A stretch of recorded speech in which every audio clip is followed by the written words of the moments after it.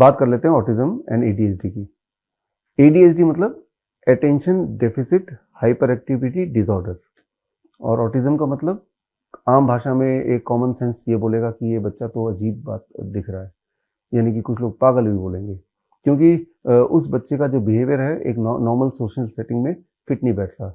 और ऑटिज्म के बच्चों की दिक्कत ये होती है कि वो उनका बोलना, वो बोल ही नहीं पाते। कई बच्चे तो 5 साल की उम्र तक माँ बाबा ये शब्द भी नहीं बोल पाते। उनके पेरेंट्स सुनने को तरस जाते हैं कि कब मेरा बच्चा माँ बोलेगा पहली बार।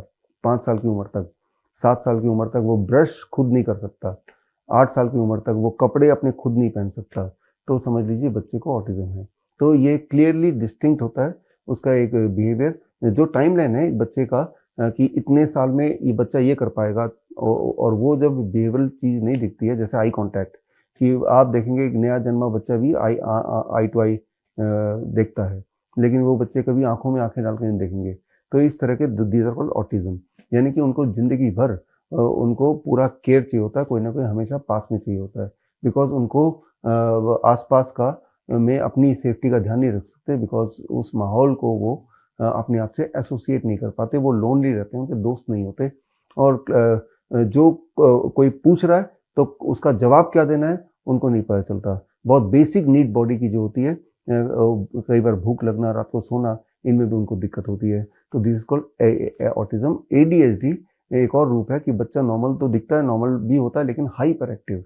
हाइपर एक्टिव मतलब मैं जैसे अभी बैठा हूँ आपसे बात कर रहा हूँ, वो बैठेगा नहीं, अब तक बंदर की तरह उठ के वहाँ भाग जाएगा, कोई भी सामान उठा के फेंक देगा, मतलब अनप्रिडिक्टेबल।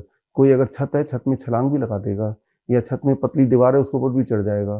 कहीं कहीं कहीं मीटिंग में गए हैं, कहीं पार्टी में गए हैं, तो हो सकता है कि टेबल के ऊपर जहाँ खाना रखा है उसके ऊपर चढ़ जाए। तो अनप्रिडिक्टेबिलिटी उनमें होती है, वो कहते हैं एडीएचडी। तो हमारे देश में इस वक्त करीब 10% बच्चे, जैसा बोला जाता है, एडीएचडी के पेशेंट, और हर 100 में से एक ऑटिज्म के पेशेंट। तो अब आते हैं कि करना क्या है, इसको ठीक कैसे करना है। पहली बात तो जब मैंने ये सेंटेंस बोला ठीक कैसे करना है, तो जो लोग इसको भुगत रहे हैं, जो पेरेंट्स, उनको लगा कि ठीक तो हो ही नहीं सकता, ऐसे ही हमें बताया गया, यही हमने देखा है। हाँ, ठीक नहीं हो सकता है अगर आप ये नहीं करेंगे जो मैं बताने जा रहा हूँ, ये नहीं करेंगे। और ये करेंगे तो रिजल्ट कितने दिन में आएगा? चौथे दिन में।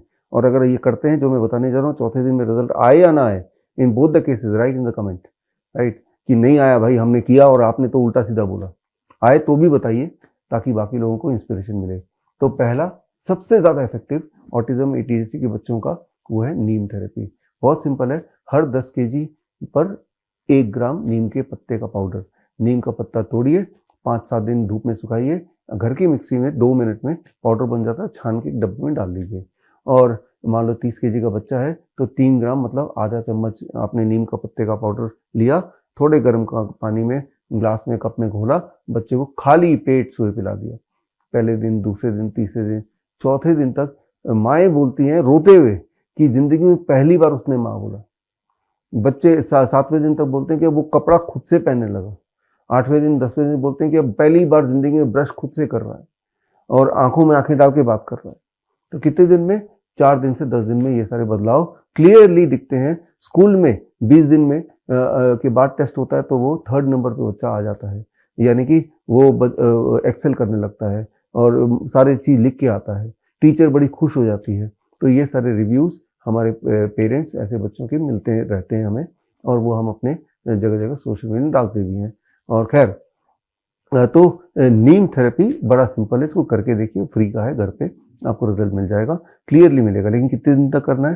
3 महीने तक पूरे रिजल्ट के लिए। ये तो अब पहला पार्ट। जैसे एक टेबल के 4 लेग्स होते हैं जिस पे वो खड़ा रह सकता है, तो पहला लेग तो नीम थेरेपी हो गया। दूसरा, डाइट चेंज कर दीजिए। जो भी बच्चा डाइट लेता है, आप दिमाग में ये रखिए, बच्चे के डाइट के 70% should be raw vegetables and fruits. फल और कच्ची सब्जी तो होना ही चाहिए 70% तक, राइट। याद रखिए, इन बच्चों में ब्रेन में की वायरिंग में थोड़ी दिक्कत है, ऐसा मान लेते हैं सिंपल फॉर्म में। तो हमारे गॉड ने हमें दूसरा ब्रेन भी दिया है, that is called second brain, your gut. Medically इसे सेकंड ब्रेन बोलते हैं, बिकॉज हर तरह के जो इमोशंस हैं, भूख लगी कि नहीं लगी, गुस्सा आ रहा है, नींद आ रही है, ये सारी फीलिंग्स हैं, ये कंट्रोल कहाँ से होती है? इंडिकेशन यहाँ से मिलता है, बट उसका कंट्रोल सेंटर पेट है आपका। यहाँ से सिग्नल जाता है और फिर आपको लगता है कि मुझे भूख लग रही है, सिग्नल जाता है, फिर आपको लगता है कि पेट भर चुका है, सिग्नल यहाँ से जाता है। तो हमें गट ब्रेन यानी कि सेकंड ब्रेन को ठीक करना है। उसके लिए आपको बच्चे के डाइट में 70% तक, at least 70% rather, vegetables and fruit diet, raw vegetable. कैसे देंगे? मेरा बच्चा तो जिद्दी है, वो तो केला खाता ही नहीं है, सेब नहीं खाता, फल खाता ही नहीं है। स्मूदी बना दीजिए उसका, जूस बना दीजिए उसका, पी लेते हैं बच्चे। हमारे बच्चे जो ऑटिज्म वाले पी लेते हैं, इतनी भी बहुत तंग नहीं करते, पी लेंगे वो। और वेजिटेबल्स की स्मूदी बनाइए, वेजिटेबल सूप बनाइए, वेजिटेबल कच्चा भी खा लेते हैं, तो उनका प्रेफरेंस होता है। खीरा टमाटर दे दीजिए, खा लेंगे। और 30% में कुक्ड फूड, उसमें रिफाइंड फूड छोड़ दीजिए, डेयरी प्रोडक्ट छोड़ दीजिए, नॉन वेजिटेरियन छोड़ दीजिए, जैसा हम DIP डाइट में करते हैं। ये दूसरा हो गया। तीसरा जो बहुत ही महत्वपूर्ण है, बहुत फास्ट काम करेगा, आप अपने घर के पास कोई पार्क होगा, कोई गार्डन हो, वहाँ ले जाइए बच्चे को, 45 मिनट्स कम से कम नंगे पैर वो खेले कूदे बैठे, ऐसा छोड़ दीजिए। नंगे पैर, जूते चप्पल नहीं है उसके पास, सामने ग्राउंड है, सामने गार्डन है, जो मर्जी करे, बिताए टाइम, राइट। ये हो गया तीसरा लेग, राइट। और चौथा जो लेग है, that is very very simple and very very effective, lot of sunshine, lot of light, right. दिन में उजाले में रहे, और सनसेट के बाद बहुत उजाला उसकी आंखों में नहीं पड़नी चाहिए, यानी कि सोने से 2 घंटे पहले बहुत फ्लैशी लाइट्स ना हो, स्क्रीन टाइम कम हो, बहुत इंपॉर्टेंट है, स्क्रीन से बचाना है।